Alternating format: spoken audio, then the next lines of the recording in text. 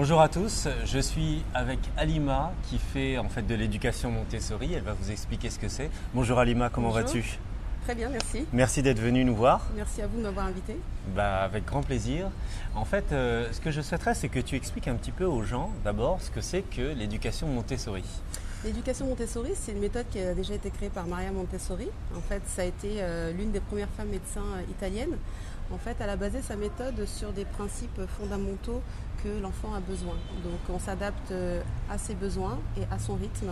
D'accord. Comment on lui met à disposition en fait des outils sensoriels, scientifiques, didactiques, avec lesquels il va pouvoir expérimenter. Et grâce à cette expérimentation, cette répétition d'exercices, il va pouvoir absorber la connaissance de façon tout à fait naturelle. Alors, ça s'applique d'abord, c'est destiné d'abord pour les enfants.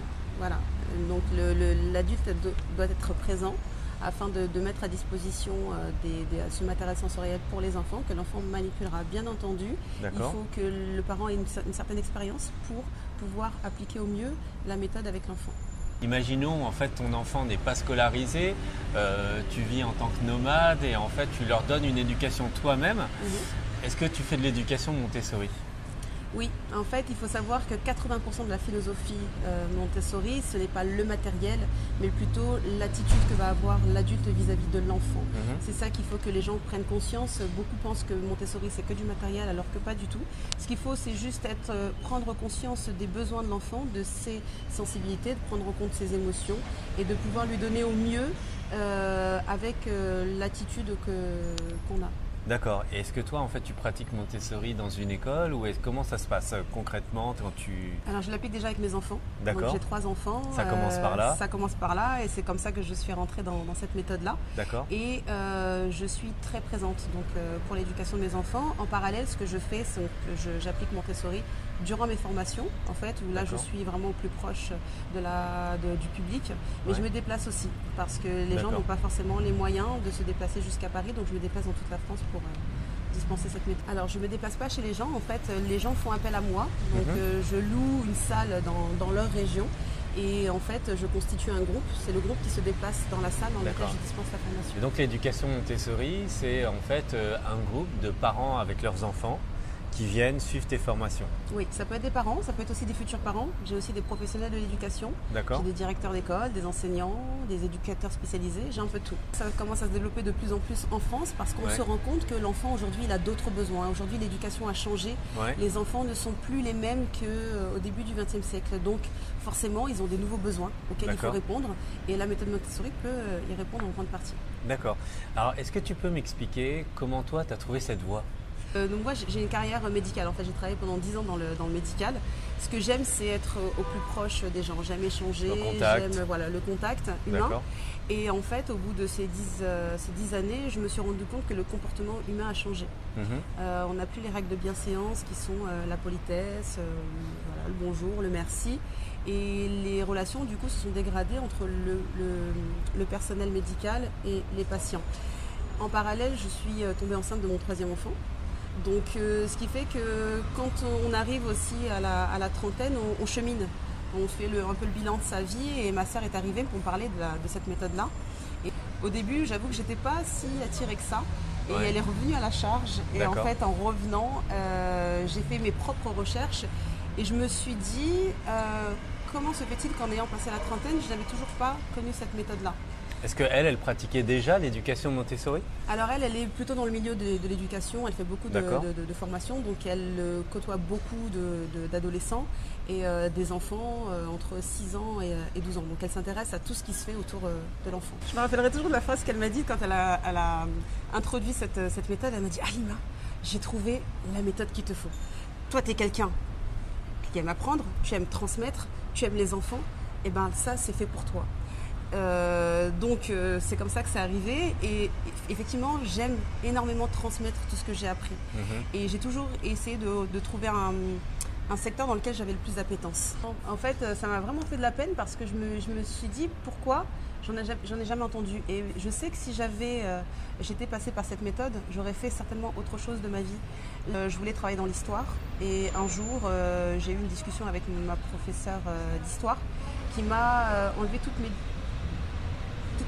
toutes tes envies. Voilà, j'ai perdu cette envie de travailler dans l'histoire, alors que je sais que si j'étais passée par cette méthode Montessori, j'aurais été armée, j'aurais été en capacité de faire mes propres choix et de me dire peu importe si on me dit que je ne suis pas capable, je vais quand même essayer de tout faire pour y arriver. D'accord. Donc c'est ce que j'ai envie que les gens se rendent compte qu'ils ont une force en eux qu'ils peuvent faire valoir et qu'on peut changer le monde aujourd'hui en donnant ce qu'il faut à nos enfants. Je l'ai vu aussi, c'est pas que propre à l'école, c'est aussi propre à la maison. Je suis des parents qui ont besoin d'avoir un accompagnement particulier. Je me souviens d'une maman qui, quand elle m'avait appelée au téléphone, elle était complètement désemparée. Mais au-delà de ça, il y avait les qualificatifs qu'elle utilisait pour sa fille étaient vraiment extrêmes. Et c'était pourtant la maman qui parlait. Donc j'ai décidé de l'accompagner et moi j'ai pour habitude de ne pas mettre les gens dans des cases. On ne sait pas ce qu'ils ont vécu, donc je les prends avec ce qu'ils sont. Et j'essaye au mieux pour pouvoir les accompagner. Donc on a fait 5 ateliers avec elle. Enfin, on a fait des ateliers en individuel et aussi avec elle et son enfant. Et juste travailler sur le regard qu'elle portait sur son enfant, ça a créé des résultats juste inattendus. Un exemple, cet enfant-là, elle avait du mal énormément à l'écriture, à la lecture. Donc elle avait 9 ans, il me semble, 8 ou 9 ans. Et au bout des ateliers, donc pendant ce processus-là, la maman avait changé de regard. Et à la fin de ces ateliers, on a commencé à introduire le matériel. Et elle m'appelle, elle me dit, c'est la première fois qu'elle revient qu'avec des points verts. Mais juste pour ça, c'était quelque chose d'inconcevable. C'est-à-dire que beaucoup de parents ne croient plus en leur enfant. Ils ne se disent qu'ils n'ont plus les capacités pour pouvoir y arriver. Et juste en changeant le regard sur eux, ça peut changer énormément de choses. Parce que finalement, il y a beaucoup d'éducation parentale dans ce que tu fais.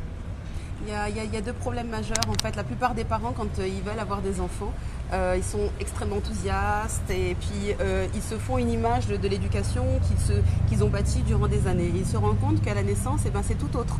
C'est-à-dire que ce qu'on avait lu dans les livres, c'est pas du tout ce qui se passe. Et du coup, ils n'ont pas les armes spontanées pour pouvoir régler un problème quand ils rencontrent, quand ils sont devant l'enfant. Au-delà de ça, ils sont noyés dans un quotidien dans lequel ils se sont empêtrés, où là il y a plein de choses à régler, les factures, le ménage, le travail, les courses, tout plein de choses qui remplissent notre quotidien, ce qui fait qu'ils accumulent aussi beaucoup de fatigue. Il faut faire très attention à la fatigue parce qu'elle peut provoquer beaucoup de désastres dans le quotidien. C'est-à-dire que ça peut échouer sur le comportement du parent, mais aussi sur sa santé. Ce qui fait que s'il n'est pas bien, s'il est oppressé, s'il est tout le temps fatigué, il va avoir tendance à être beaucoup plus rapidement en colère. Et la colère, ça se travaille. Il y a aussi le fait que la plupart des êtres humains, on est tous porteurs de souffrances. Elles sont plus ou moins intenses selon le vécu de chacun. Et que si on n'a pas réglé les problèmes avec soi-même, on va avoir du mal à être bienveillant, on va avoir du mal à être patient avec son enfant. Et finalement, ce qui se passe le plus souvent, c'est que les parents reproduisent ce qu'ils ont reçu comme éducation parce qu'ils n'ont aucun autre modèle et qu'il faut nourrir l'enfant, il faut l'accompagner, il faut. Donc je vais appliquer ce que j'ai appris et ce que j'ai vu. C'est pour ça que c'est très important dans l'éducation de parler de modèles, mais de bons modèles. Est-ce que l'éducation Montessori, c'est une éducation qui se veut universelle du coup? C'est une éducation qui n'impose pas. Elle propose. D'accord. Donc on sait, selon l'enfant, ce qu'il va avoir besoin selon ses états de développement. Donc en fonction de chacun, forcément, ils ont des besoins bien spécifiques. Mais si le parent ne va pas lire, s'il ne va pas à des séminaires, s'il ne va pas à des conférences, s'il ne va pas se former, ça va être difficile pour lui, s'il n'a pas déjà ça en lui, de pouvoir donner ce à quoi il aspirait finalement. D'accord.